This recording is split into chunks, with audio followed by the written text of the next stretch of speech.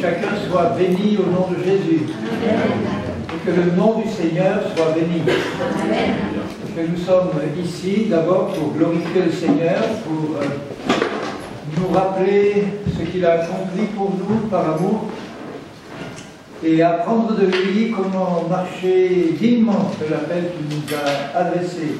Il nous a adressé un appel céleste à marcher sur cette terre comme lui a marché. C'est pour ça qu'il nous a fait passer par une nouvelle naissance.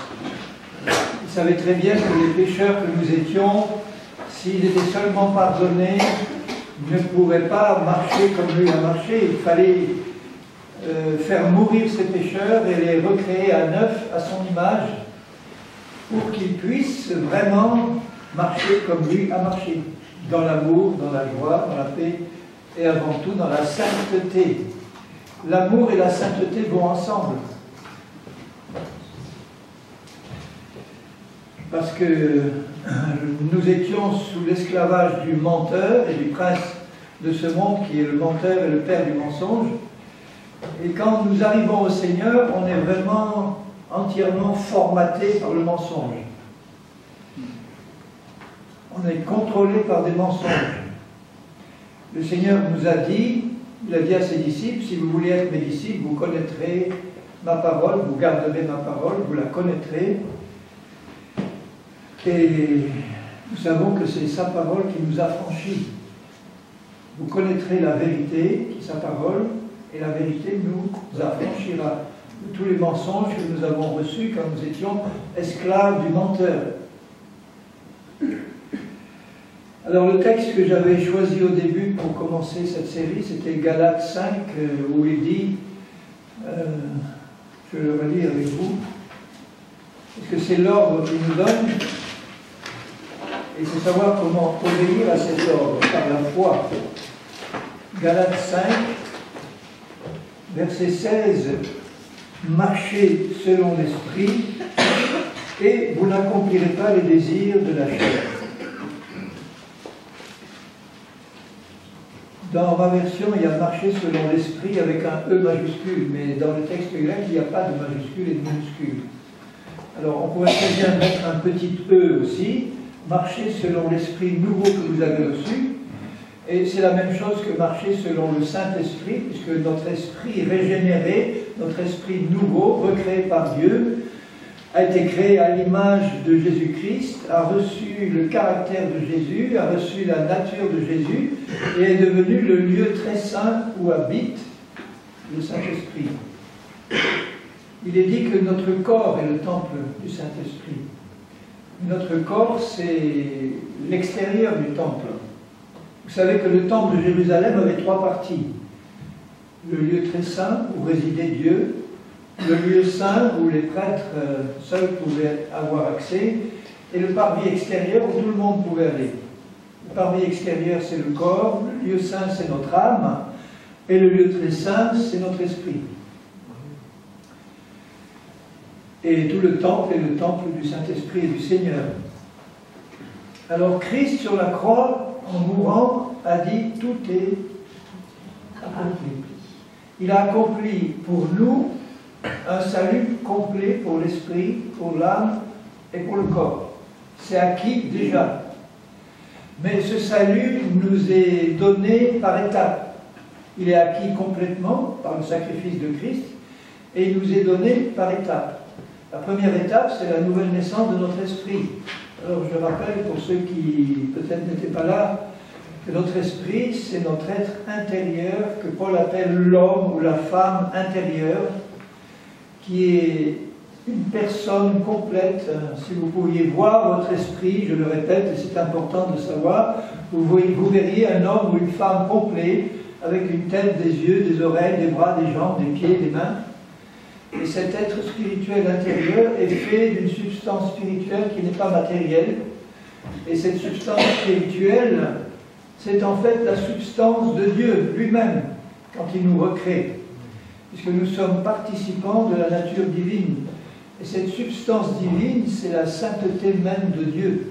Nous sommes dans notre esprit une création nouvelle, à l'image de Christ. Christ est l'image de Dieu le Père, Et nous, nous sommes l'image de Christ dans notre esprit régénéré, recréé. Et on peut vraiment louer et bénir le Seigneur pour ce cadeau royal qu'il nous fait, de nous recréer dans notre esprit à son image parfaite, c'est-à-dire dans la sainteté et la justice même du Dieu vivant. Dans notre esprit, il n'y a pas un atome de péché. Notre esprit n'a pas besoin d'être sanctifié, il est saint. C'est un don de la grâce de Dieu dès le départ de notre nouvelle naissance.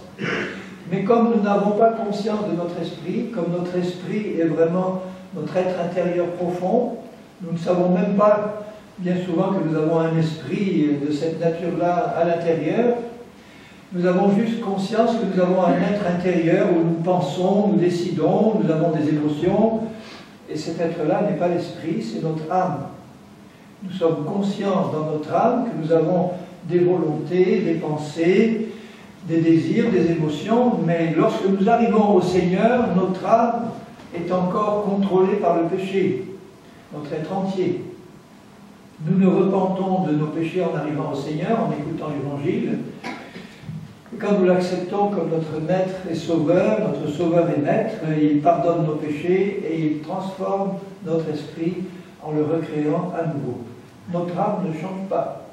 Notre corps ne change pas. Il peut y avoir dans notre âme, quand nous nous convertissons, une joie et une paix que nous ressentons, mais tout ce que nous étions dans notre âme reste en gros le même qu'avant. Et à partir de là, le Seigneur nous demande de faire passer le salut qu'il a déjà donné à notre esprit, de le faire descendre aux étages inférieurs dans notre âme, qui a besoin donc d'être renouvelée et sanctifiée, et dans notre corps, qui a lui aussi besoin d'être sanctifié pour être un instrument utile à cette terre entre les mains de Dieu. La nouvelle naissance de notre esprit, nous ne la contrôlons pas. C'est un acte souverain de Dieu qu'il fait lui-même. Et merci Seigneur, parce que tout ce que tu fais est parfait. Tout ce que Dieu crée est parfait. Quand il a créé Adam et Ève au début, ils étaient parfaits, saints, beaux, magnifiques, intelligents, aucun défaut. Et la mort est entrée par le péché. Quand Dieu a créé l'univers que nous voyons autour, tout était parfait. Et l'univers a été placé sous la malédiction à cause du péché d'Adam et d'Ève. Mais il y en a de magnifiques restes quand vous regardez la création, les plantes, les animaux, les fleurs, l'univers, vous voyez une création magnifique, même si la mort s'y trouve. On voit qu'en regardant le monde, qu'il y a un créateur qui l'a créé. Le monde a été conçu pour qu'on sache dans notre cœur qu'il y a quelqu'un qui l'a fait, qui n'est pas sorti du hasard. Et quand Dieu recrée notre esprit à son image, il le recrée pur, parfait et saint. Il faut vraiment que nous plantions dans nos pensées, dans notre cœur, parce que c'est le cœur qui croit, ce que nos pensées comprennent, que nous plantions dans notre cœur cette pensée que Dieu nous donne dans sa parole, nous sommes vraiment une nouvelle création en Christ. Et cette nouvelle création n'a rien à voir avec ce que nous étions jusque-là. Et c'est la raison pour laquelle, je l'ai rappelé longuement hier, mais j'y insiste aujourd'hui, encore, que Christ demande à ses disciples de renoncer à eux-mêmes. Et on ne peut pas renoncer à soi-même quand on n'a pas la claire conscience de ce que c'était ce soi-même qu'on était jusque-là. Et on ne peut pas non plus renoncer à soi-même quand on n'a pas compris la beauté et la sainteté du moi nouveau que nous sommes en Christ dans notre esprit. Même si on n'en a pas conscience, il faut accepter ce que Dieu nous dit, le prendre par la foi et bien intégrer en nous-mêmes en permanence. Au début, j'étais obligé de me le rappeler matin et soir en disant « Seigneur, aide-moi à ne pas oublier ce que tu dis que je suis. Je suis vraiment un fils de Dieu, ou une fille de Dieu si vous êtes une femme, recréé à neuf dans ma nature intérieure. Je suis un homme nouveau en toi par ta grâce. Je suis en toi et tu es en moi. Je suis installé déjà dans les lieux célestes, dans mon esprit régénéré. Et c'est à partir de ces vérités-là qu'on a médité, qu'on a cru et qu'on a gardé dans notre conscience que nous pouvons commencer à marcher dans une réalité nouvelle parce qu'on l'a comprise et on l'a cru.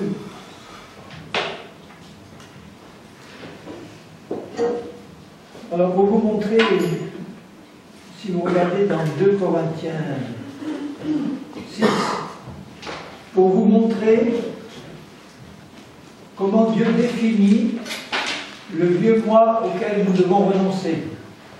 Quand il dit « renonce à toi-même », il ne parle pas de la nouvelle personne que nous sommes en Christ, mais il parle de l'ancienne personne qui est morte en fait, puisqu'elle a été tuée en Jésus-Christ. La vieille personne que j'étais, c'était mon esprit avant qu'il soit né de nouveau, et cet esprit-là, quand Christ est mort, il l'a mis à mort. Quand il est ressuscité, il l'a déjà d'avance ressuscité et préparé pour le temps où, 2000 ans après, nous allions nous convertir, et à ce moment-là, il fait passer dans notre esprit la nouvelle création qui était déjà acquise à sa résurrection. Mais pour vous montrer comment Dieu traite notre ancienne nature, si vous regardez dans 2 Corinthiens 6, au verset 14, il demande aux chrétiens, aux Corinthiens et à nous, « Ne vous mettez pas avec les infidèles sous un joug étranger. » Les infidèles, ce sont les non-convertis à Christ. Et il nous demande de ne pas nous associer d'aucune manière à eux, que ce soit dans le mariage, que ce soit dans le business, dans les affaires, pas d'association avec les infidèles. Parce qu'on se met ensemble sous un joug qui n'est pas commun et ça ne marcherait pas. Car quel rapport y a-t-il entre la justice et l'iniquité? La justice, c'est l'être nouveau que nous sommes en Christ.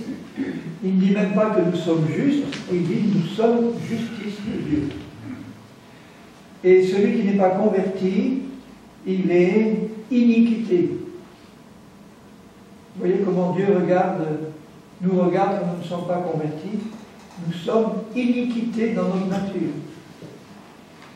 Quel rapport y a-t-il de commun entre la lumière et les ténèbres? Nous sommes lumière de Dieu en Christ. Alors là, je vous parle toujours de notre esprit régénéré.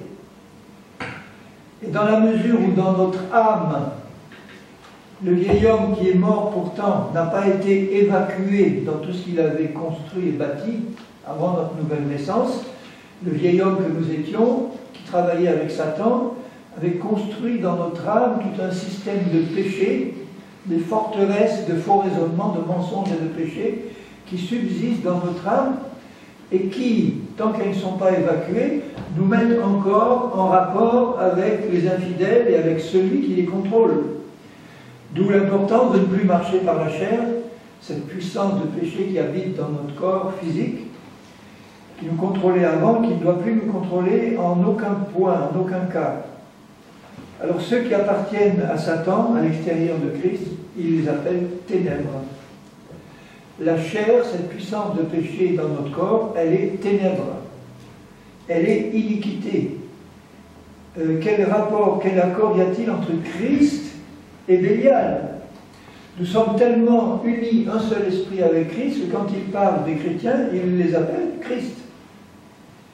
Nous sommes chrétiens. Chrétiens, ça veut dire petit Christ. C'est à Antioche que les chrétiens, les hommes d'extérieur, en se moquant d'eux, les appelaient des petits Christ. Mais finalement, il y a une réalité là derrière, c'est que nous sommes tellement unis à Christ, que nous sommes un seul esprit avec lui. On est fait de sa nature divine dans notre esprit. On a la même nature que lui dans notre esprit, sauf que lui est Dieu, nous sommes une création, mais unis à lui. Et c'est sa vie qui anime la vie de notre esprit. Quel rapport y a-t-il entre le fidèle et l'infidèle, entre le temple de Dieu, nous, et les idoles? Nous étions des idoles avant d'être le temple de Dieu. Car nous sommes le temple du Dieu vivant, comme Dieu l'a dit, j'habiterai, je marcherai au milieu d'eux, je serai leur Dieu, ils seront mon peuple. C'est pourquoi sortez du milieu d'eux, séparez-vous, dit le Seigneur. Il ne nous demande pas de sortir du monde de manière absolue, mais il nous demande de ne plus toucher à ce qui est impur, de ne plus le garder dans nos cœurs, de ne plus le pratiquer, de ne plus le garder dans nos pensées. Et donc ça, c'est un appel à la sanctification de notre âme et de notre corps, maintenant que notre esprit est saint. Et pour pouvoir bien nous sanctifier, il faut d'abord nous installer par la foi dans la position spirituelle que nous avons dans notre esprit. C'est-à-dire croire que nous sommes vraiment une nouvelle création, réaliser la sainteté de cette création, la beauté spirituelle de ce que Dieu a créé et qu'il nous a donné. Et pour ça, vous voyez bien que nous devons oublier et rejeter et renier ce que nous étions avant. Ne rien garder de ce que nous étions avant. Parce que quand vous voyez la description de ce que nous étions avant, vous voyez aussi que ce que nous étions avant, l'esprit qui nous contrôlait avant, subsiste dans la chair, qui est cette puissance de péché qui habite dans notre corps mortel. Je le répète, la chair n'est pas notre vieille nature. Nous n'avons qu'une seule nature, la nouvelle. Mais dans notre corps habite une puissance personnelle qui a des pensées, qui a des sentiments, qui a des désirs. C'est une personne, la chair. Elle fonctionne comme un démon. C'est comme si vous aviez dans votre corps un démon, mais ce n'est pas un démon, c'est de la même famille que les démons. La chair, elle a des pensées, elle a des sentiments, elle a des stratégies, elle a des ruses, contraires aux sentiments de l'esprit, et elle habite dans notre corps physique. Mais elle n'est pas nous-mêmes. Si vous croyez que la chair c'est vous, vous ne pouvez pas en être libéré.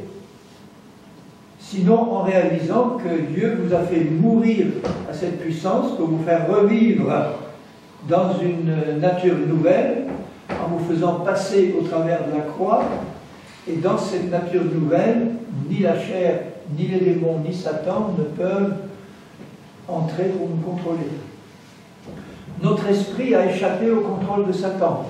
On parlera, je ne sais pas si ce soir ou demain, enfin, du problème de la délivrance des démons chez les chrétiens. Mais déjà, on peut dire qu'un chrétien ne peut jamais être possédé ni par Satan ni par un démon parce qu'il appartient à Jésus. Il est la possession de Jésus. Notre esprit a entièrement échappé à Satan et à ses démons puisqu'il est en Christ. Mais au niveau de notre âme et de notre corps, on peut être contrôlé, oppressé, opprimé, lié par des démons.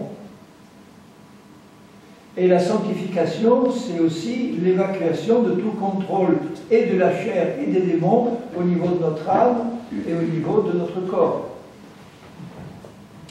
Puisqu'on en parle, je vais en dire deux mots, de la délivrance des chrétiens. Il y a 20 ou 25 ans, je pratiquais la délivrance à tour de bras. La délivrance des chrétiens, c'est-à-dire que on m'avait enseigné que des démons pouvaient squatter la vie des chrétiens, leur âme ou leur corps, et qu'il fallait non seulement passer par une nouvelle naissance, mais il fallait aussi nettoyer les chrétiens de tous les démons qui pouvaient encore les tenir liés.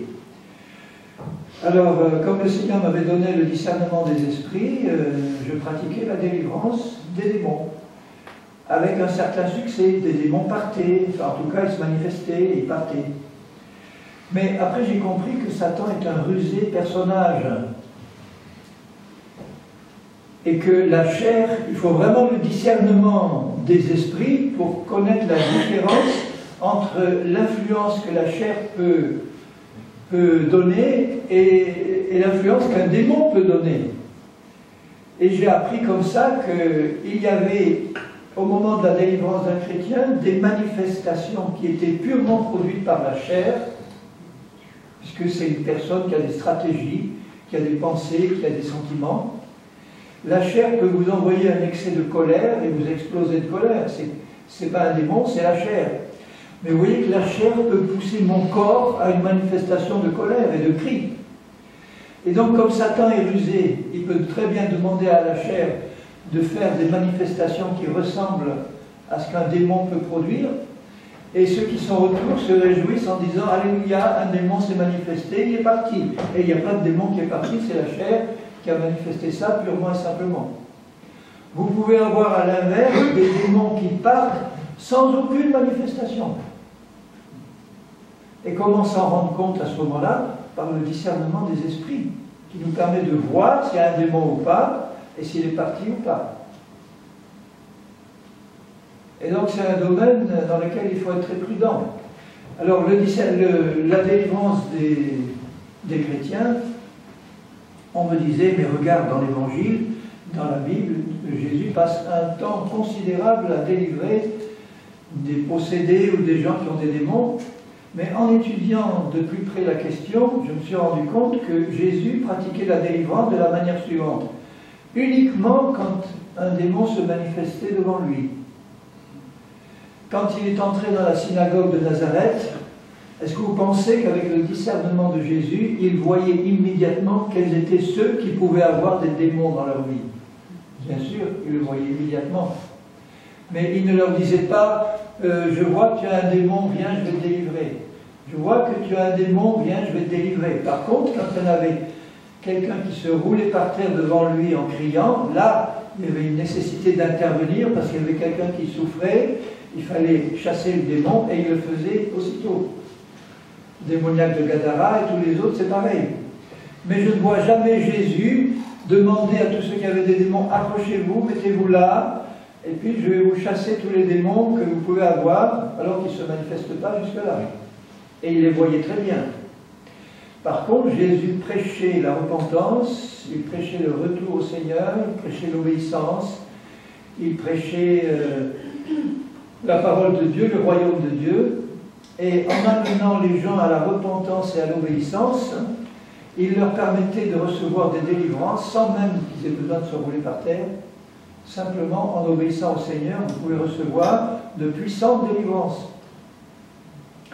Il y avait donc 3 problèmes que je rencontrais en matière de délivrance des chrétiens, parce que j'utilisais la délivrance comme un moyen de sanctification. Puisque les chrétiens peuvent être influencés par des démons, et que les démons, c'est des êtres impurs qui poussent à pécher, je me disais, donc en chassant les démons, tu vas aider les chrétiens à se sanctifier.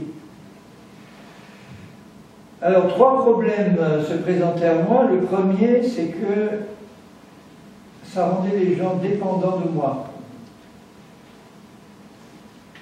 Il me disait, tu as le discernement des esprits, tu vois, hier j'ai piqué une terrible colère, je me demande s'il n'y a pas un démon là derrière, dis-moi s'il y en a un. J'ai dit, on va voir. Alors je commençais à attaquer au nom de Jésus, le démon de colère sort. Si au bout d'une demi-heure il n'y avait rien qui se manifestait ou que j'avais la paix dans le cœur, je dis, il n'y a pas de démon, c'est la chair. Mais là encore, je n'avais pas encore compris à cette époque que la chair et Satan pouvaient ruser, pouvaient simuler des délivrances alors qu'il n'y en avait pas. Alors donc il y avait ça, la dépendance par rapport aux délivreurs. Ensuite, le deuxième problème, c'est que c'était jamais fini. C'était jamais fini. Il y avait des délivrances qui pouvaient durer 1 heure, 2 heures, 1 mois. Et notamment des personnes qui sortaient du satanisme et de l'occultisme et d'un passé très chargé.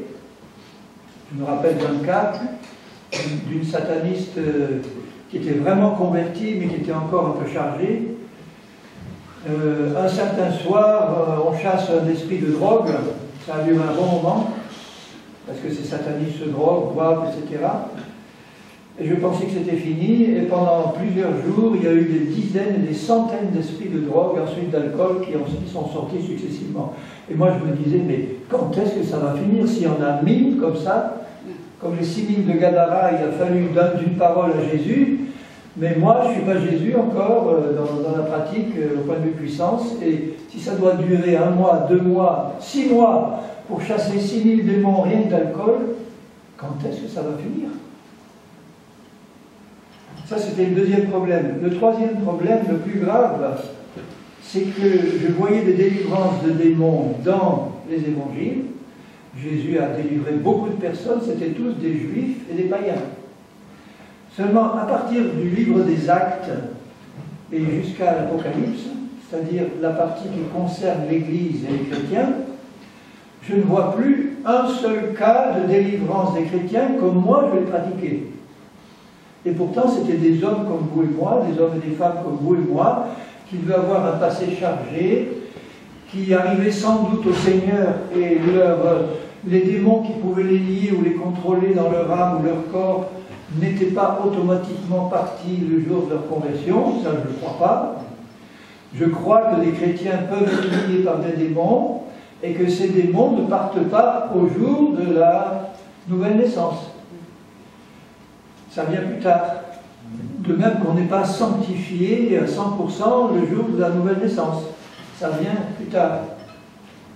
Alors comme je ne voyais aucun cas mentionné dans la Bible, enfin, à partir des actes et des épîtres de chrétiens qui passaient par une délivrance de démons telle que je la pratiquais, ça a fini par me poser un problème sérieux. Je dis, je n'ai pas de passage biblique sur lequel je peux appuyer la pratique que je suis en train de faire. Alors je ne suis pas contre la délivrance, je garde la délivrance dans la panoplie du chrétien. Ça veut dire que je l'utilise uniquement comme Christ l'utilisait si, dans ma marche chrétienne, ou dans les conseils que je peux donner, ou dans les réunions que je peux avoir, il y a une manifestation démoniaque qui se passe là au milieu, eh bien, on intervient et on chasse le démon. Mais faire ce que je faisais, c'est-à-dire voyons voir si tu peux avoir quelques démons dans ta vie qui peuvent gêner ta marche chrétienne, et on va donc te demander qui était ton père, ta mère, ton grand-père, ta grand-mère, si ton arrière-grand-mère n'était pas prostituée, ou ton père n'était pas sorcier, ou franc-maçon, etc. Que ça a ouvert des portes, et que maintenant il peut y avoir des démons, et que tout ce travail que je faisais là, le Seigneur m'a dit, stop. Alors qu'est-ce qu'il faut faire, Seigneur, pour les chrétiens, puisque de toute façon, ils peuvent être liés par des démons? Eh bien, fais ce que ma parole et moi-même te dit. Prêche la croix, prêche la marche par l'Esprit, prêche la sanctification, prêche l'obéissance, prêche la repentance, prêche tout ce que je vois dans les actes et dans les épîtres, et laisse mon esprit, par ma parole, purifier et sanctifier mes enfants. Et je les voyais passer par des délivrances sans même une seule manifestation, et je savais qu'il y avait des démons qui étaient partis, parce que je ne les voyais plus par l'esprit. Ils étaient partis simplement parce qu'on recevait la parole et on obéissait. Vous recevrez, vous comprendrez la vérité, et la vérité vous affranchira. Elle affranchit la vérité. Maintenant, il peut y avoir des personnes qui sont vraiment chargées quand elles arrivent au Seigneur. Je me rappelle certains cas de personnes vraiment converties. Je le savais qu'elles étaient converties, elles avaient vraiment de tout leur cœur confessé Jésus. J'avais l'attestation qu'il y avait déjà du fruit qui était produit dans leur vie, un amour pour le Seigneur, pour sa parole, une confirmation du Saint-Esprit, mais quand même une charge spirituelle mauvaise sur leur vie, au point que, par exemple, on commençait une étude biblique, on lisait un passage un peu dur sur le sang de Jésus, ou le lac de feu, ou la croix qui avait vaincu Satan, et la personne tombait dans les pommes. Et priait pour qu'elle revienne, on recommençait l'étude, elle retombait dans les pommes. C'est difficile de faire une étude biblique dans ces conditions. Donc là, Dieu montre qu'il y a une puissance qu'il faut chasser, on la chasse. Mais c'est tout. Après, si tu es en état d'écouter, si tu es en état de comprendre, tu reçois l'enseignement, et en recevant l'enseignement par la foi, la vérité te libère. Et la vérité nous libère d'autant plus quand nous comprenons qui nous sommes dans l'esprit, quelle est la nouvelle personne qui a déjà complètement échappé à Satan et à tous ses démons dans notre esprit. C'est ce que nous sommes. Quand tu t'installes par la foi dans cette position, tu t'installes dans une position entièrement libre déjà, au niveau de ton esprit. Tu occupes cette position. Et là, maintenant, tu vas travailler intelligemment avec Jésus pour sanctifier ton âme et ton corps. Donc la sanctifier, ça veut dire la purifier, notamment de l'emprise des démons, s'il peut y en avoir, de l'emprise de tous les mensonges qui peuvent exister au niveau de mon âme. Et le meilleur moyen de purifier mon âme, enfin les meilleurs moyens de sanctification dont la Bible parle, ce sont les suivants. Je vous les lis dans Actes, au début du livre des Actes. Rappelez-vous les Corinthiens. Les Corinthiens avaient un arrière-plan occulte épouvantable. Corinthe, c'était une des villes les plus pourries de l'époque. avec les temples sacrés des faux dieux, la prostitution sacrée, avec l'occultisme, le sacrifice humain. C'était vraiment, donc les Corinthiens qui sortaient de ce milieu-là, en arrivant au Seigneur, je vous garantis qu'ils ne s'étaient sûrement pas tous libérés de toute emprise démoniaque sur leur vie. Et vous voyez que quand Paul parle aux Corinthiens, il leur dit, mais vous êtes charnels, que c'est pas possible. Il ne leur dit pas, vous êtes démonisés, vous avez besoin d'une grosse délivrance. Il leur dit, vous êtes charnels. La chair est une puissance de péché qui est contrôlée par Satan et par les démons. Ce n'est pas un démon, mais c'est une puissance de péché qui est aussi méchante, aussi mauvaise, aussi, j'allais dire aussi pire, mais enfin bon, c'est pas du bon français, qu'un démon. Ne pensez pas que la chair, c'est une puissance qui est moins mauvaise qu'un démon. Si vous regardez dans les œuvres de la chair, dans les œuvres de la chair, il y a l'adultère, il y a aussi les meurtres, il y a l'occultisme, il y a la magie, il y a la sorcellerie, il y a les animosités, les divisions, les disputes, mais il y a tout le caractère de Satan là. Dans la chair, il y a l'orgueil de Satan, il y a l'égoïsme de Satan, il y a la haine de Satan, c'est au cœur de la chair. La chair a une nature qui est de la même nature que Satan lui-même et que ses démons lui-même. Alors si vous délivrez un chrétien d'un démon, c'était aussi un autre problème de la délivrance, c'est que Jésus a dit, si tu chasses un esprit et qu'après la maison est vide, balayée et ornée, alors vide, ça veut dire qu'il n'y a pas eu d'enseignement, elle n'est pas meublée de la parole, elle n'est pas occupée pleinement par le Seigneur, par sa parole, par son esprit. Qu'est-ce qu'il va faire? Il va en chercher 7 autres plus méchants. Il va de toute manière essayer de revenir, et s'il peut, la condition de cette personne sera pire qu'avant. Et ça se passe souvent en matière de délivrance. On a l'impression au début, il y a un démon qui est parti, on se sent soulagé, on est bien. Et comme la personne n'est pas forte spirituellement, comme la personne n'est pas établie dans la vérité, comme la personne n'est pas enracinée en Christ et dans sa parole, et qu'elle se retrouve seule et que le délivreur est parti, eh bien Satan et ses démons attendent de moments favorables, ils reviennent en force et ils réoccupent le terrain parce que la personne qui est là n'est pas en état de pouvoir elle-même résister. Elle n'est pas encore forte au point de pouvoir résister. C'est pour ça que le Seigneur, il nous dit finalement, laisse-la telle qu'elle est, tant qu'elle peut écouter, tant qu'elle peut comprendre, enseigne la parole, laisse la parole et mon esprit faire son œuvre d'édification et de libération, et je vous garantis que vous recevez là des délivrances sans même vous vous en rendre compte, en douceur. Je ne sais pas si vous avez assisté à des réunions de délivrance, j'en ai vu des dizaines et des dizaines, et quand je vois ces pauvres frères et sœurs passer par des heures de souffrance qui peuvent être terribles, des douleurs épouvantables, à baver, à vomir, à crier, à hurler, et nous on est là et on gigote autour. Ce n'est pas des choses que je vois là, prévues par le Seigneur pour ses enfants. Il veut leur éviter ça. Donc s'il y a un moyen d'être délivré en douceur, merci Seigneur pour ta compassion et ta miséricorde. Maintenant, s'il est nécessaire d'intervenir parce qu'on voit quelque chose qui se passe, intervenons. Qu'on soit que l'on ait affaire à des chrétiens ou pas, je ne me pose pas la question. Il y a des milieux ou des églises ou des dénominations où on enseigne aux chrétiens qu'une fois qu'ils sont chrétiens, Satan ne peut plus les toucher. C'est le meilleur moyen de laisser Satan infiltrer l'église en toute liberté. Quand nous venons au Seigneur, c'est là que Satan a le plus envie de vous toucher, ou faire du mal. D'où l'importance de l'enseignement de la croix et de la marche par l'esprit. Ça, Satan en a horreur de cet enseignement-là. La chair aussi. Quand la chair commence à entendre qu'on parle de la croix, de notre mort en Christ et de notre résurrection, elle tremble. Parce qu'elle sait que là, c'est le seul moyen pour nous d'échapper à son emprise.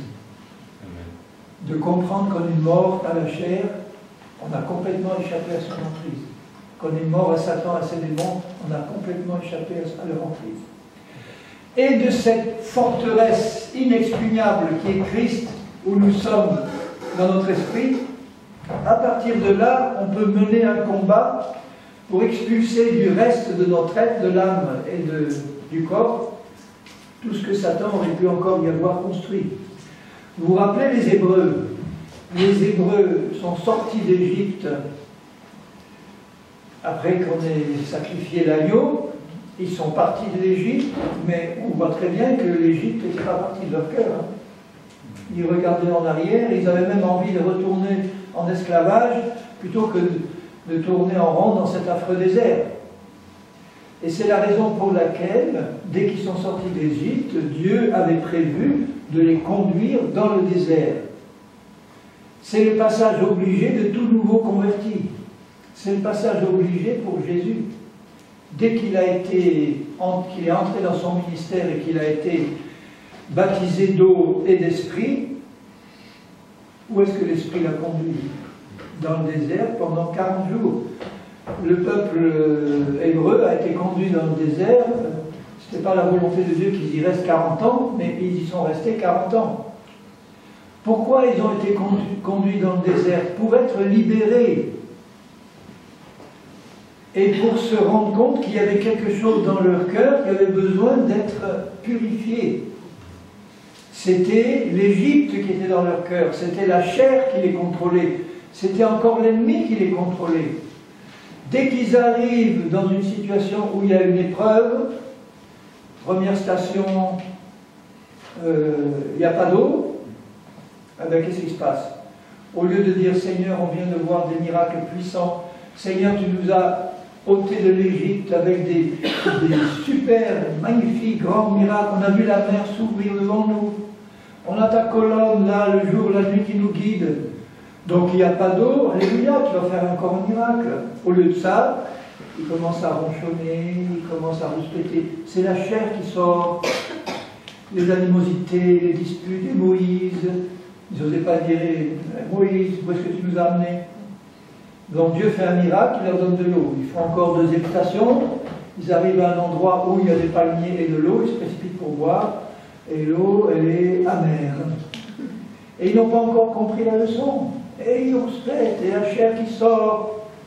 Dieu refait un miracle, il met un bois dans l'eau, l'image de la croix, qui la purifie. Et à chaque étape, au lieu de prendre la leçon de ce qu'ils avaient vécu, et de reconnaître devant Dieu qu'ils avaient besoin de se repentir de la chair qui se manifestait là, ils ont recommencé, et recommencé, et recommencé. Et ça a duré presque 2 ans. À chaque fois, Dieu a été patient, hein, vous remarquez. Dieu a fait le miracle dont ils avaient besoin. Et il est parfois intervenu pour les corriger sévèrement, mais au bout de 2 ans, ils arrivent devant le Jourdain, ils explorent le pays. Il y en a 2 qui disent, bon, il y a des géants, des villes fortifiées, mais Dieu est avec nous, on les aura selon la promesse. Il y en a 10 qui disent non, on ne les aura pas. C'est-à-dire que les 10 fonctionnaient encore par la chair. Ils jugeaient d'après ce qu'ils voyaient au lieu de marcher par la foi. Ils ont dit non, il y a trop de géants, il y a des villes, on n'y arrivera pas et on ne veut pas y aller. Et on n'ira pas. Et le peuple suit la majorité. Et Dieu apparaît en disant Moïse, mets-toi de côté, je l'ai détruit. Et il l'aurait fait. Ces choses ont été inscrites pour notre exemple à nous. On a affaire à un feu dévorant, à un Dieu compatissant, miséricordieux, mais un Dieu de justice qui sait juger aussi. Et commence par son peuple. Et le prochain jugement, c'est l'enlèvement de l'épouse. Et là, il y aura un tri. Tous ceux qui ne sont pas prêts resteront. Qu'ils soient chrétiens nés de nouveau ou pas, ils resteront. Il y a un faux enseignement qui consiste à dire que si vous êtes né de nouveau, vous allez partir automatiquement à la dernière trompette. C'est faux. Pour partir, il faut être en règle avec Dieu. Ça veut dire qu'un chrétien né de nouveau qui vit dans le péché au moment où la trompette sonne et qui le sait et qui ne veut pas se repentir et qui dit Seigneur, attends un peu, je me repentirai demain. Je sais que je suis dans le péché, mais ça me plaît et je ne veux pas me repentir. Et la trompette sonne. Vous croyez qu'il va partir celui-là? Il ne partira pas. Parce que le sang de Jésus n'est pas passé sur son péché. Et Dieu vient enlever une épouse pure, sans ride ni tache. Et c'est tellement facile du fond du cœur de confesser un péché quand Dieu nous le montre, c'est fait instantanément. Pourquoi attendre? Mais quand on apprend à marcher par l'esprit et pas par la chair, on affermit notre marche chrétienne, on marche dans la sanctification en permanence. On assure notre départ. Parce que c'est beaucoup plus fréquent et facile pour un chrétien charnel de tomber dans le péché que pour un chrétien qui marche par l'esprit et qui a grandi et qui a mûri en spiritualité. Donc il se retrouve devant le Jourdain, il refuse d'y aller, il passe 40 ans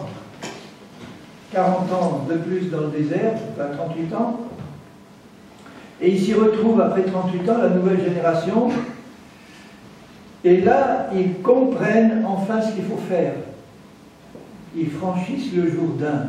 Et rappelez-vous que le Jourdain, c'est un fleuve, Jordan en hébreu, ça veut dire celui qui descend. Et celui qui descend vers où? Vers la mer morte. Donc le Jourdain, c'est un exemple de mort à soi-même. C'est un exemple de capitulation, c'est un symbole de capitulation sans condition devant Dieu.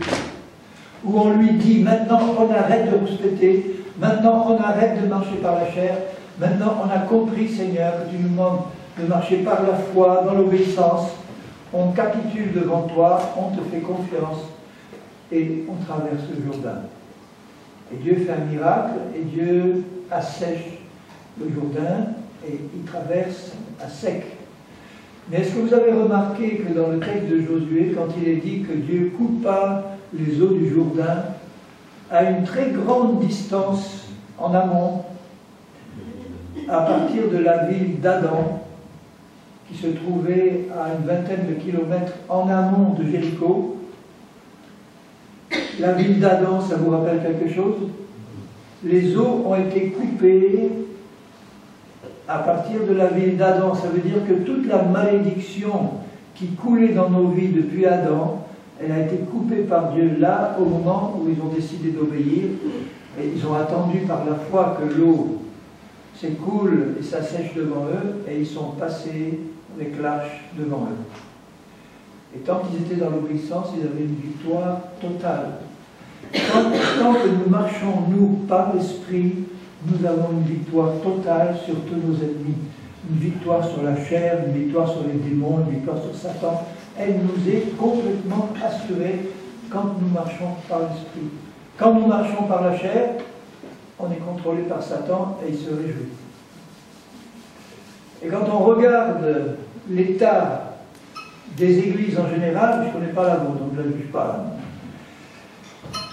Mais l'état des églises, c'est la chair qui domine. C'est les divisions, c'est les disputes, c'est les jalousies, c'est les susceptibilités, c'est les animosités, c'est l'orgueil, c'est ci, c'est ça, plus ou moins. C'est plus ou moins dilué. Mais c'est ça qui règne.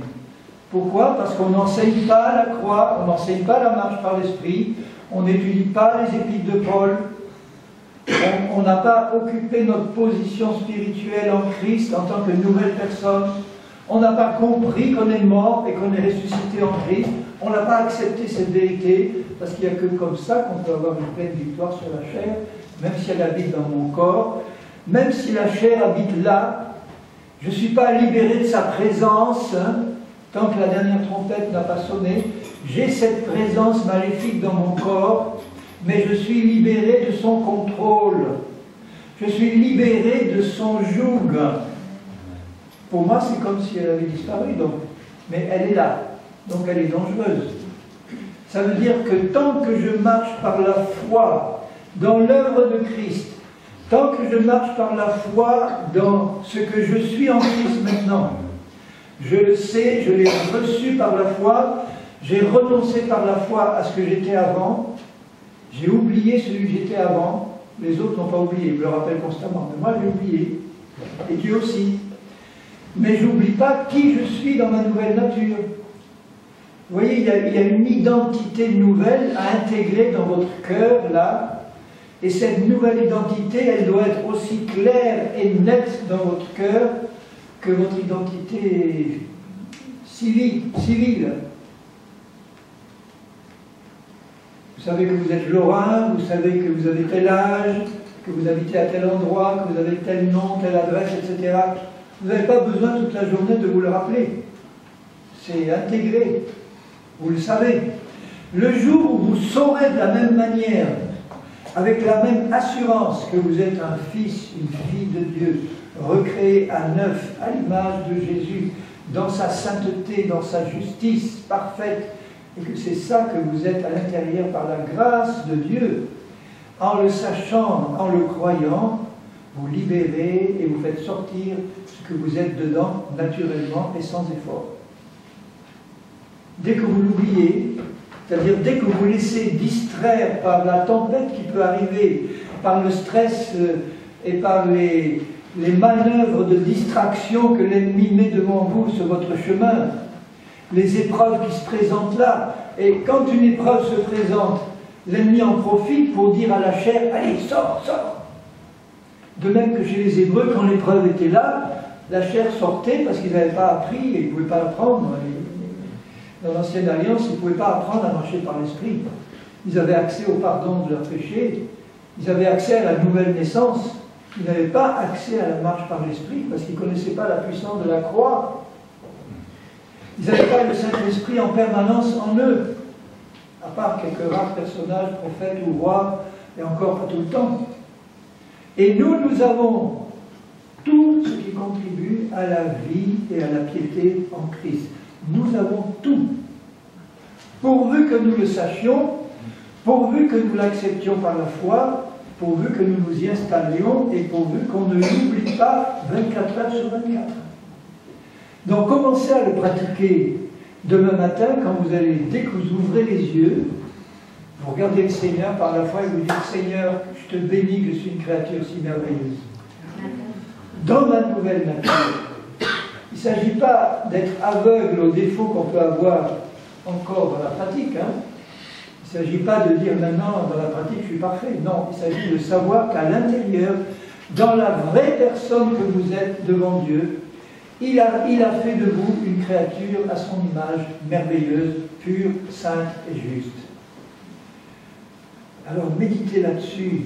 Dites Seigneur, aide-moi tout au long de cette journée à ne pas oublier cette vérité, à la garder dans ma conscience constamment. Quoi que je fasse, aide-moi à ne pas me laisser distraire par les stress, les épreuves qui peuvent se produire et qui vont, si je n'ai pas l'habitude de fonctionner comme ça, qui vont me faire oublier qui je suis. Exactement comme quand Jésus marchait sur l'eau en pleine tempête, vous vous rappelez que Pierre ose lui dire, Seigneur, si c'est toi, ordonne que je vienne en marchant sur l'eau. Il était quand même, c'est quand même à part Jésus le seul homme qui a marché sur l'eau. Enfin, il y en a eu d'autres qui l'ont fait par la suite, mais en tout cas, raconté dans la Bible, c'est le seul. Et Jésus lui dit un mot, viens. Il a foi en cette parole de Dieu, il met sa foi en action, il bouge ses muscles, il enjambe le bastingage, et ça marche. Et il avance en marchant sur l'eau, en regardant à Jésus. Et à un moment donné, il quitte Jésus des yeux, il voit la tempête, il se laisse impressionner, la crainte vient, le doute vient, et là il coule instantanément. Donc vous pouvez marcher par l'esprit pendant 1 heure, et puis, parce que vous n'êtes pas encore bien établi dans votre nouvelle identité, les mauvaises habitudes, elles sont encore trop proches, ce que vous étiez avant, c'est encore trop présent, il y a quelque chose qui se passe, il y a une épreuve qui vient. En général, c'est votre mari ou votre épouse, ça commence par là. C'est pour ça que Dieu a créé le mariage, pour nous entraîner à marcher par l'esprit. Après la chute, avant, c'était pour vivre une communion fraternelle, une communion merveilleuse. Mais un couple qui marche par l'esprit, je vous garantis que là, vous retrouvez une communion splendide et merveilleuse que personne d'autre ne peut connaître que cette terre. Un mari et son épouse qui marchent tous les deux par l'esprit, c'est le ciel sur la terre.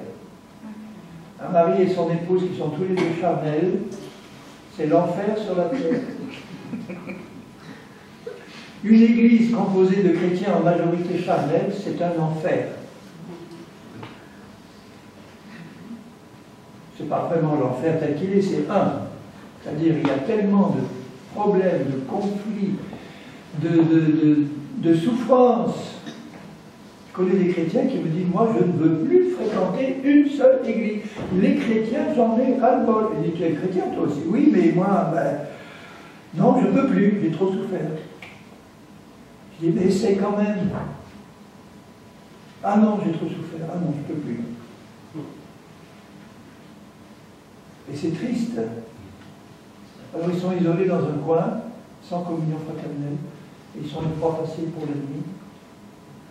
Dieu veut que son Église soit un havre de paix, soit un hôpital céleste où on guérit les malades, où on guérit les cœurs brisés. Et pour ça, il faut vraiment que la chair soit réduite à l'impuissance. Et elle l'est déjà dans notre esprit. Donc si vous tous qui m'écoutez là, vous recevez ce message par la foi, et vous croyez ce que Jésus dit que vous êtes, et vous lui demandez son aide, au moins au début, pour ne pas oublier cette identité nouvelle qui vous est révélée dans sa parole, vous la méditez, cette identité, vous réalisez qui vous êtes en Christ, regardez Jésus, vous voyez le modèle parfait, vous êtes comme lui, vous êtes aussi rempli d'amour que lui, mais oui, ne me regardez pas avec cet air incrédule, mais oui, vous êtes aussi rempli d'amour que lui, de joie, de paix, de patience, mais c'est dans l'esprit, vous ne le sentez peut-être pas, mais c'est là. C'est comme si vous aviez au-dessus de la tête un réservoir immense, rempli de bénédictions, d'une eau cristalline. Et puis là, vous êtes en train de patauger dans la boue, et puis vous criez à Dieu pour qu'il vous envoie un peu d'eau, et lui vous dit, mais ouvre la vanne! C'est-à-dire, exerce ta foi, réalise que je t'ai déjà donné tout, ouvre, ça va descendre. Au Paraguay où j'ai vécu, en général, il n'y a pas de système de distribution d'eau. Tout le Paraguay repose, et les pays voisinants, sur une immense nappe phréatique qui est la plus grande du monde. Une nappe phréatique d'eau pure qui est à une dizaine de mètres du sol. Et donc, dans chaque maison paraguayenne, enfin maintenant, les immeubles modernes, il y a une distribution d'eau, mais tous les Paraguayens ont leur maison et sur leur toit, il y a une cuve. Et il y a un forage et une pompe. C'est d'abord des pompes à bras, alors des pompes. Et ils ont leur eau en permanence là, qui leur vient de leur sol. Ils ont au-dessus de la tête une réserve d'eau permanente qui pompe et qui leur est une belle eau pure qui leur est disponible. Nous sommes comme eux. On a au-dessus de nos têtes, dans notre esprit, un réservoir de pureté, de sainteté absolue. Nous le sommes en Christ. Ouvrons les vannes par la foi et puisons, laissons couler. Est-ce que vous vous rappelez la parabole des vierges? Je vais vous lire quelques passages dans Matthieu 25. Ça va, encore un quart d'heure. Quand je suis parti là-dessus, on ne m'arrête plus. Je suis capable de prêcher 10 heures sans arrêt. Je l'ai fait, et au bout de 10 heures, ils étaient claqués, mais moi j'étais en bas. Avec des pauses, évidemment. Ça, c'est ce que je préfère. Un séminaire de 3 jours, de 10 heures du matin à 10 heures du soir. On ne pense à rien d'autre qu'à se plonger dans la parole, à la méditer, à répondre aux questions, à partager, à prier, à passer un moment ensemble. Ah Seigneur, donne-moi encore des moments pareils. Alors dans Matthieu 25, il dit, alors, il vient de parler du retour du Seigneur juste avant. Au verset 46 de Matthieu 24, il dit « Heureux ce serviteur que son maître à son arrivée trouvera faisant ainsi, c'est-à-dire travaillant, veillant et priant. Alors, donc au moment du retour du Seigneur, le royaume des cieux sera semblable à 10 vierges. » La virginité, c'est le symbole de la nouvelle naissance. 10 vierges qui, ayant pris leur lampe, allèrent à la rencontre de l'époux. Elles font ça depuis 2000 ans, les vierges. Les vierges, c'est les chrétiens nés de nouveau en Christ. La lampe, il y a un verset des Proverbes qui dit « L'esprit est une lampe de l'Éternel. » La lampe allumée, c'est la nouvelle naissance. Notre esprit est allumé quand on est né de nouveau. Autrement, il est dans les ténèbres. La lampe est allumée, il y a de l'huile dans la lampe, dans l'esprit. Tout chrétien né de nouveau est né de l'esprit et il a le Saint-Esprit dans son esprit. Mais il n'est pas forcément rempli de l'esprit. Pour être rempli de l'esprit, il faut le demander à Dieu parce que Dieu donne son esprit à ceux qui le demandent et qui lui obéissent. Il ne va pas remplir de son esprit ceux qui ne lui demandent pas. Je connais des chrétiens qui me disent « Moi, je ne veux pas être rempli ». Je dis « Pourquoi ?» Parce que quand je vois tous ces débordements chez les pentecôtistes, quand je vois tous ces excès de ceux qui disent qu'ils sont remplis, quand je vois toutes ces choses abominables qui peuvent se passer, bon, arrête. Mais, donc je ne veux pas, moi, être rempli, si c'est ça. Ils ont peur. Alors que si on demande du pain, il ne va pas nous donner une pierre. Hein. Si on demande du poisson, il ne va pas nous donner un serpent. Alors, si vous, dit Jésus, méchant comme vous êtes, vous savez donner des bonnes choses à vos enfants, à combien plus forte raison Dieu donnera son esprit à ceux qui le demandent. Et les deux premiers commandements de Jésus à ses disciples, c'est quoi? À part les tout premiers qui disent « Repentez-vous et acceptez-le comme sauveur ». Dès qu'on a accepté le Seigneur comme sauveur et Seigneur, les deux premiers commandements, c'était « Il faut que tu sois baptisé d'eau et d'esprit ». L'Église primitive baptisait d'eau le jour de la conversion. Il n'attendait même pas le lendemain. Quand Pierre a vu que Corneille et sa famille étaient baptisés de l'Esprit, il n'a même pas attendu le lendemain pour les baptiser, il ordonna qu'ils soient baptisés d'eau immédiatement. Et pourtant, c'était une belle prise. Un centurion romain, c'était un officier supérieur. Ils auraient pu penser charnellement, dimanche prochain, au camp 15, on va organiser une grande cérémonie, on va inviter le général romain, on va faire une cérémonie, on va les habiller en blanc, on va faire un beau baptême. Non, il ordonna qu'ils soient baptisés immédiatement. Parce que comme le baptême représente une mort et une résurrection, on enterre un mort dès qu'il est mort. Les Juifs enterrent un mort dès qu'il meurt. Ils n'attendent même pas le lendemain. Et ils ont gardé cette coutume dans l'Église primitive. On enterre un mort dès qu'il meurt et qu'il ressuscite. Donc, Jésus dit, faites de toutes les nations des disciples, baptisez-les au nom du Père, du Fils et du Saint-Esprit, et apprenez-leur à obéir à tout ce que je vous ai ordonné. Et l'ordre numéro 1, c'est passer par l'eau du baptême. Pierre ordonna qu'il soit baptisé, il transmet l'ordre. Ce n'est pas donc le baptisé ou nous qui attendons que le baptisé veuille bien demander à être baptisé.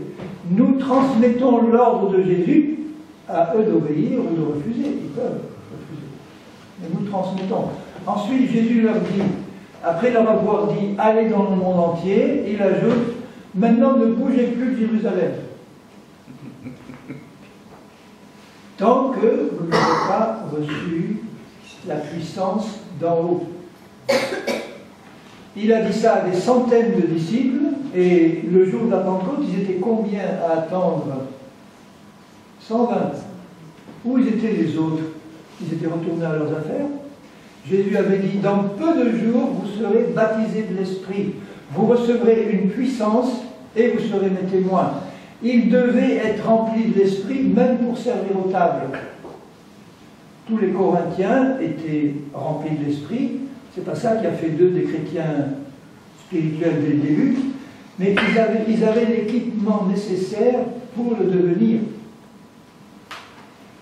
Parce que les deux baptêmes d'eau et d'esprit représentent, le baptême d'eau représente ma mort et ma résurrection en Christ, et le fait d'être rempli de l'esprit de résurrection me permet d'être travaillé par le Saint-Esprit beaucoup plus puissamment pour faire passer la mort et la résurrection dans ma vie pratique.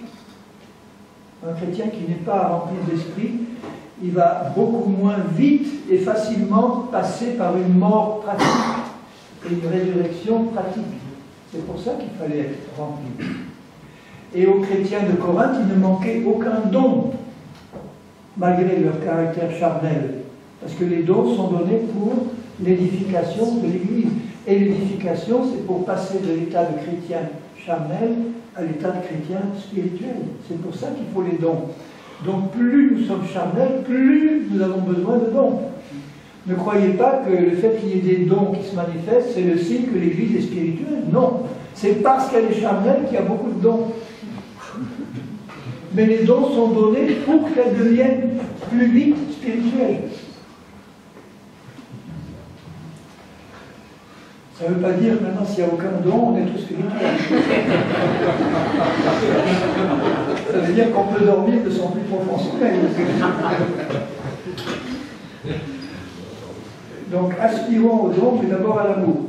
Donc là, 5 d'entre elles étaient folles, 5 sages. Les folles, en prenant leur lampe, ne prirent pas d'huile avec elles. Mais les sages prirent avec leur lampe de l'huile dans des vases. Notre esprit, c'est un trésor. Et ce trésor, il est dans un vase de terre. La lampe allumée représente notre esprit régénéré. Le vase d'appoint représente l'âme et le corps. 5 étaient folles, ça veut dire qu'elles n'avaient pas pris la peine dans leur âme et dans leur corps d'être imbibées du Saint-Esprit, remplies du Saint-Esprit. Les autres avaient leur vase plein. Alors on peut dire, si vous voulez, les unes n'étaient pas pleines du Saint-Esprit, les autres, oui. Elles avaient toutes le Saint-Esprit dans leur lampe, mais les unes avaient le vase vide, ils n'en avaient pas, et les autres avaient le vase plein. Donc elles avaient une réserve suffisante pour tenir jusqu'à l'arrivée de l'époux. Et comme l'époux tardait, toutes s'assoupirent et s'endormirent. Ça, dans l'histoire, c'est ce qui s'est passé.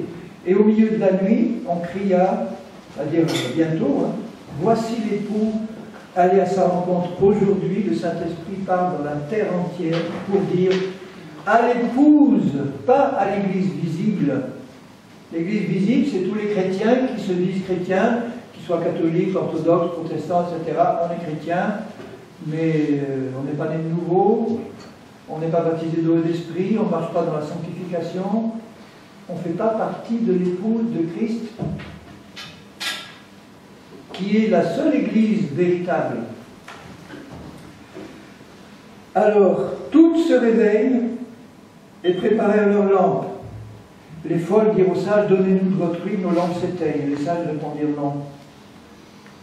Moi, je ne peux pas, ma réserve de Saint-Esprit, je ne peux pas te la communiquer, c'est personnel. Chacun doit demander à celui qui la donne, c'est-à-dire à Dieu, le Saint-Esprit. Donc les folles vont chercher de l'huile, les folles vont à un endroit où elles peuvent être remplies de l'Esprit. Spirituellement, ça veut dire qu'il y a un moment, au moment du retour de Christ, où tout le monde va se réveiller, mais il y en a qui ont déjà leur réserve pleine, les autres pas, et au moment où Christ revient, il y en a qui sont en train de se charger d'huile quelque part, et elles reviennent devant la porte avec l'huile. Mais c'est trop tard, la porte est fermée. Les vierges sages sont parties.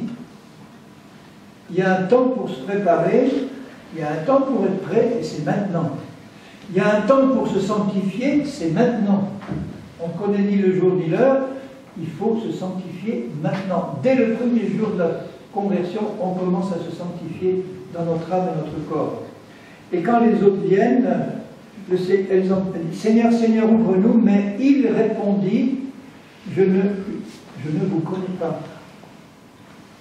Ça ne veut pas dire qu'elles sont perdues. Les chrétiens nés de nouveau, qui ne se sont pas sanctifiés, qui n'étaient pas remplis, ou qui vivaient dans le péché au moment où Jésus revient, qui ne se sont pas repentis, ne vont pas perdre leur salut.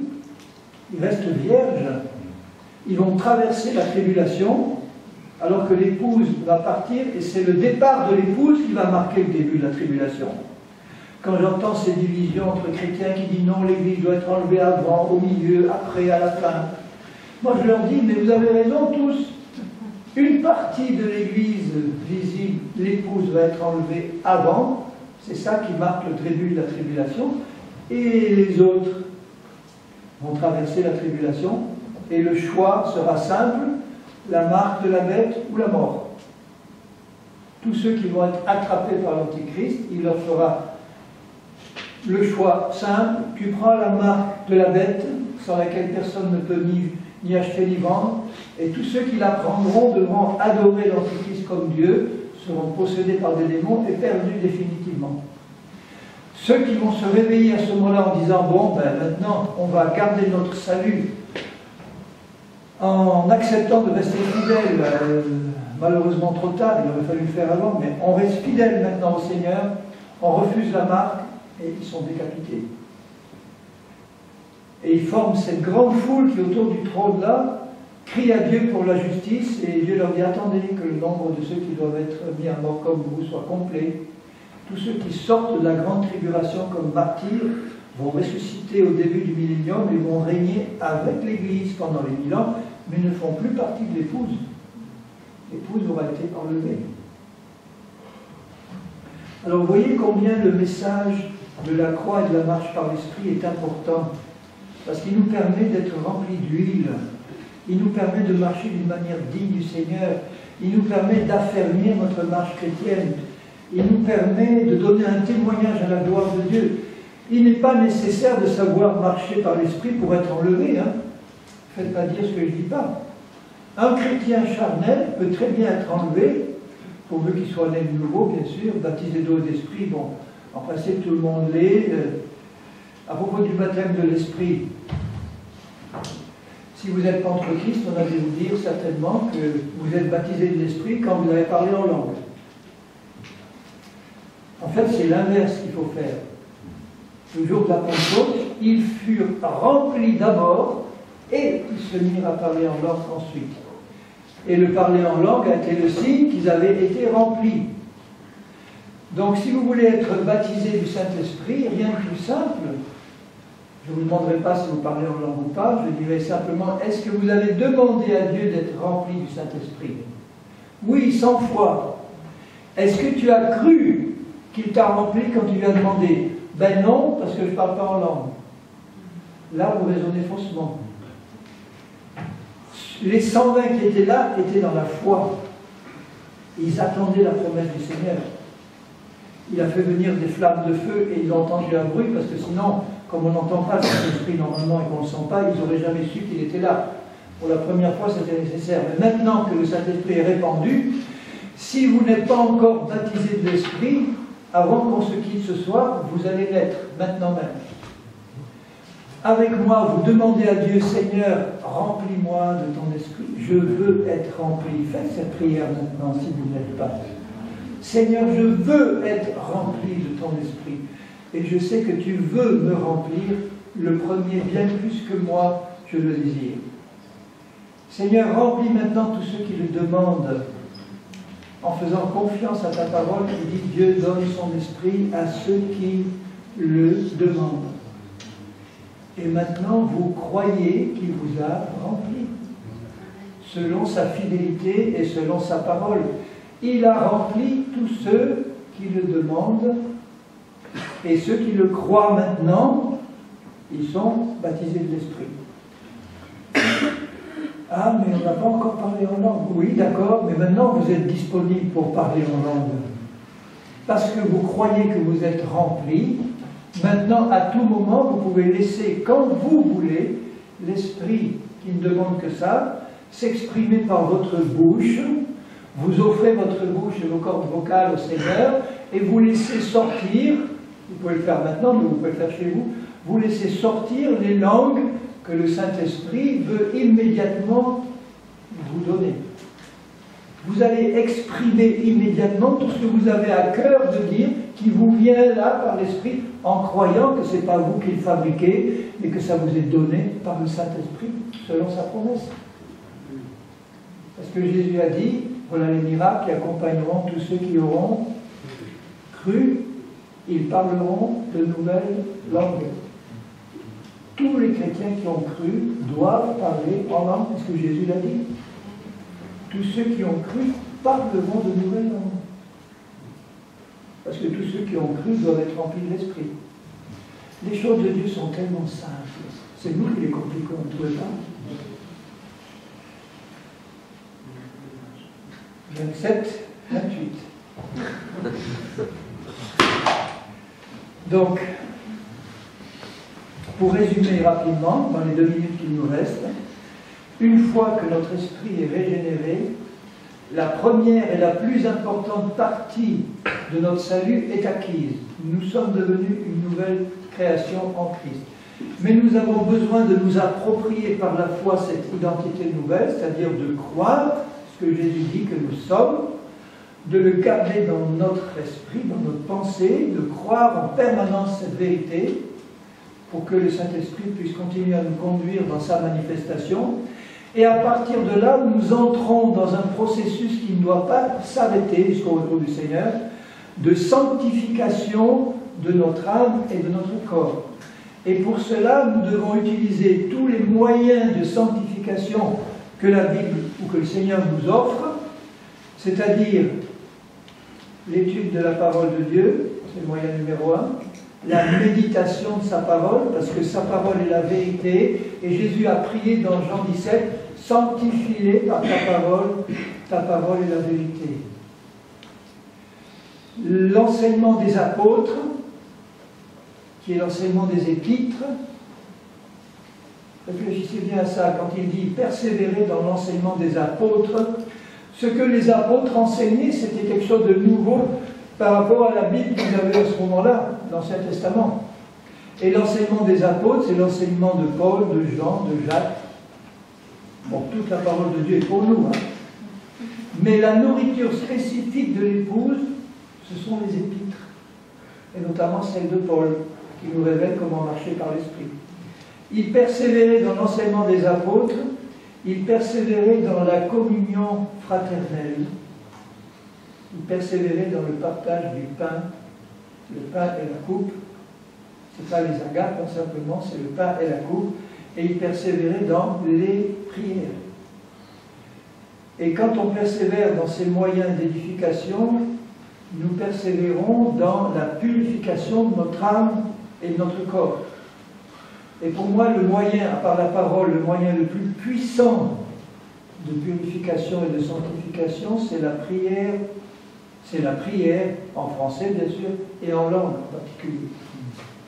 C'est un moyen extrêmement puissant d'édification personnelle. Et vous vous rappelez que quand on parle d'édification, on parle de perfectionnement, et quand on parle de perfectionnement, on parle de sanctification. Merci mes bien-aimés, que j'aime de l'amour du Seigneur, de votre attention soutenue. Et demain, nous allons continuer à étudier le processus de sanctification de l'âme et du corps. Et donc là, je vais être obligé de parler, obligé parce qu'il le faut, des forteresses que l'ennemi a bâties dans notre âme et de la manière de les raser.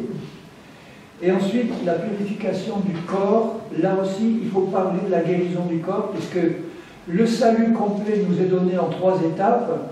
Le salut de l'esprit, c'est la nouvelle naissance. Le salut de l'âme, c'est le renouvellement de l'intelligence et des sentiments, pour remplacer tout ce qui vient de la chair par ce qui vient de l'esprit. On expliquera aussi demain les combats qu'on peut avoir au niveau de l'âme, entre ce qui vient de la chair et ce qui vient de l'esprit, et qui se bouscule au niveau de notre âme. Et puis la sanctification de notre corps, ça passe par la délivrance de toute emprise, mais aussi par la guérison de notre corps. Parce que le Seigneur veut que nous ayons un corps en bonne santé jusqu'au bout. C'est sa volonté, vous le croyez. Pour une raison simple, c'est que sur la croix, il a aussi porté nos maladies et nos infirmités. Et je vous rappelle que vendredi soir, nous allons prier pour tous les malades qui auront besoin de prière ou qui demanderont la prière, sous une forme ou une autre, mais je m'attends vendredi, à ce que tous les malades soient guéris, tout simplement. Parce que c'est la volonté de Dieu. Vous vous rappelez que dans les réunions de Jésus, tous les malades étaient guéris. Au début du livre des Actes, acte 5, tous étaient guéris. Au dernier chapitre des Actes, Acte 28, tous ont été guéris à Malte. Donc dans la pratique de l'Église primitive, la guérison faisait partie du processus de salut de notre être, exactement comme le salut de notre esprit, le salut de notre âme, le salut de notre corps. C'est aussi une manière de marcher par l'esprit, au niveau du corps. Alléluia, merci Seigneur.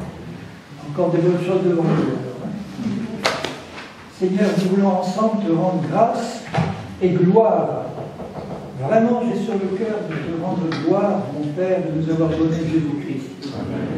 Et Seigneur Jésus, j'ai sur le cœur, et nous l'avons tous aussi, le besoin et le désir de te rendre gloire à toi, parce que tu es le seul digne de recevoir toute la gloire, tout l'honneur, toute la puissance, toute la louange, les actions de grâce pour ce que tu as fait, pour ce que tu as accompli. Tu as vraiment accompli une œuvre parfaite. Et tu veux que cette œuvre, elle se manifeste pleinement dans tout notre être, l'esprit, l'âme et le corps. Tu veux que ton nom soit glorifié par l'accomplissement de ta parole complète. Et Seigneur, nous qui sommes tes enfants, nous désirons aussi ardemment te voir te manifester dans ton Église, au milieu de nous, par l'accomplissement de ta volonté. Tu as dit, Seigneur, quand tu as appris à tes disciples à prier, tu as dit, prie comme cela, que ta volonté, Père, soit faite sur la terre comme au ciel. Et au ciel, il n'y a personne qui marche par la chair. Au ciel, il n'y a pas de malade, il n'y a rien, il n'y a pas d'infirme, il n'y a pas de vol, il n'y a pas de menteur, il n'y a rien de tout ça. C'est la pureté, c'est la sainteté. Seigneur, tu veux que sur la terre, dans ton épouse, dans ton Église, ta volonté soit faite. Alors merci de continuer à ouvrir notre intelligence à ta parole. Aide-nous à la garder en esprit et en vérité, et qu'elle produise dans nos vies tous les bons fruits que tu veux qu'elle produise, au nom de Jésus-Christ. Amen. Amen. Soyez tous bénis, passez une bonne nuit de repos, et j'espère à demain. À moins que Jésus soit revenu avant, mais en tout cas, ce serait la meilleure chose pour nous. Allez.